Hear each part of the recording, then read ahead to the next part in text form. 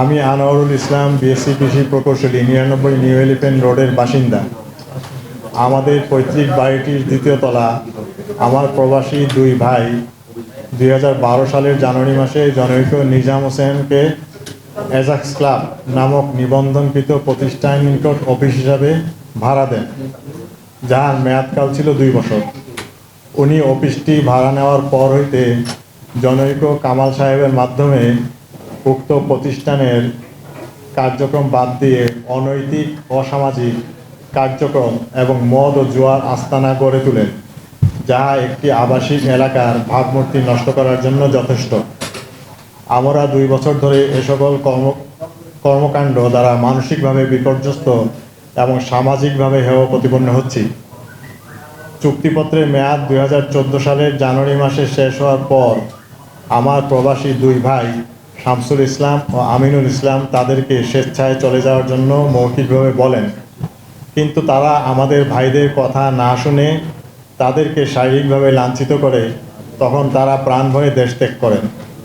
পরবর্তীতে ক্লাবের এই সমস্ত কর্মকাণ্ডের বিরুদ্ধে এলাকাবাসী ডিসি-ডিবি মিন্টু রোড বরাবরে লিখিত অভিযোগ করেন, কিন্তু এর বিরুদ্ধে প্রশাসন কোনো ব্যবস্থা নেয়নি ফ্যাসিস্ট সরকারের চাপে, এবং তারা এ সমস্ত কর্মকাণ্ড চালিয়ে যেতে থাকে। 5ই আগস্টের পরও তারা কিছুদিন এইসব কর্মকাণ্ড চালায়। যৌথ বাহিনী অভিযানের পূর্বে তারা তাদের সমস্ত সরঞ্জাম এবং মালামাল রেখে ক্লাবঘর তালাবদ্ধ করে চলে যায়।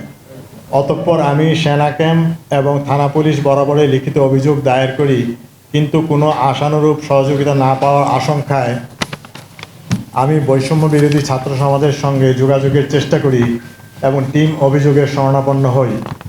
অতঃপর টিম অভিযোগ আমাদেরকে নিয়ে পুনরায় নিউ মার্কেট থানায় এবং স্থানীয় সেনা ক্যাম্পে যায়।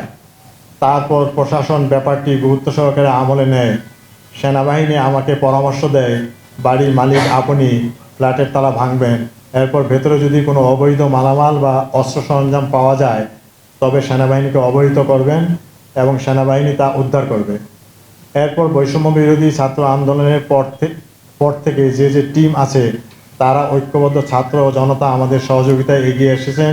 তাদের মধ্যে বৈষম্য বিরোধী ছাত্র আন্দোলনের টিম অভিযোগ, স্টুডেন্ট সোশ্যাল সার্ভিস এবং সায়েন্স ল্যাব টিম উল্লেখযোগ্য। তো আমি এই ব্যাপারে আপনাদের সাংবাদিক ভাই এবং বৈষম্য বিরোধী ছাত্র জনতার সহযোগিতা চাইতেছি, যাতে আমাদের এই ফ্ল্যাটটা তারা অবিলম্বে খালি করে দিতে পারেন আর কি। আপনি একটু বলবেন যে অ্যাজ আ স্পোর্টস কাউন্সিলর যে আমি সোশ্যাল ওয়েলফেয়ার, তো এইটা আসলে কর্মচারী কে এবং কাদের দায়িত্বে আছে?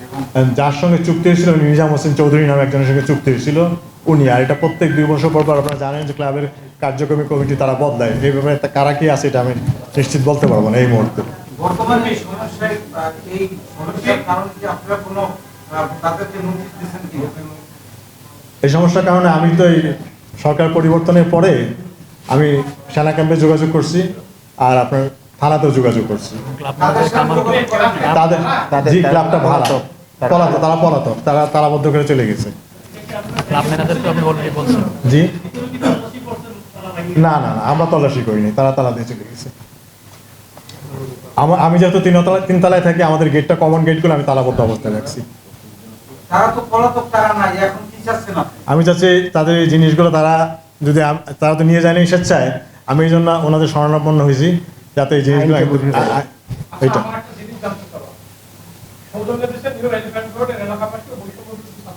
জি, আমরা জানি বর্তমানে বাংলাদেশে এখন অপ্রতিদ্বন্দ্বী হচ্ছে ছাত্র জনতা, নেতা না। বৈষম্যের বিরোধী ছাত্র গুরুত্ব হচ্ছে অপ্রতিদ্বন্দ্বী একটা ক্ষমতা তাদের। জি, সেখানে এদের এলা এত জোর কোথায় যে একটা ক্লাব বাইকা এত বেশি চালাইতে পারছে আমাদের? ওইটা বিতর্কত জিনিসটা আমি বলতে পারবো না, তারা তালাবদ্ধ করে চলে গেছে। আন্দোলনের পর থেকে ওনারা পলাতক। এখন যে যা সরঞ্জাম রেখে ওনারা চলে গেছে তালা মেরে। এর পরবর্তী মুরব্বী কন্ট্যাক্ট করার চেষ্টা করছে অনেকবার। আপনারা কন্ট্যাক্ট করার চেষ্টা করার পরও কেউ কাউকে পাচ্ছে না, ফোন বন্ধ। তো এই কর্মসূচি আর বলেন আপনি। কামাল নামে যিনি ম্যানেজার চালাইতো আর কি, উনি ফর্ম দিছিল আমার তালাটা খুলে দেওয়ার জন্য। আমি বলছি যেহেতু আপনারা চলে গেছেন আমি আপনাদের তালাটা খুলতে পারবো না, যেহেতু আমার কমন গেটটা আমি তালা দিয়ে রাখছি। কত বছর ধরে ভাড়া দেয়নি? থানায় যোগাযোগ করা হয়েছে, থানায় জিডি করা হয়েছে। থানা কর্তৃপক্ষ বলছে এটা আপনার দায়িত্ব, আপনার বাড়ি, আপনি বুঝে নেবেন। জি, ভেতরে অবৈধ ভিতরে অবৈধ জিনিস থাকলে ওইটা ভয় আছে না ভিতরে। কারণ ওটাকে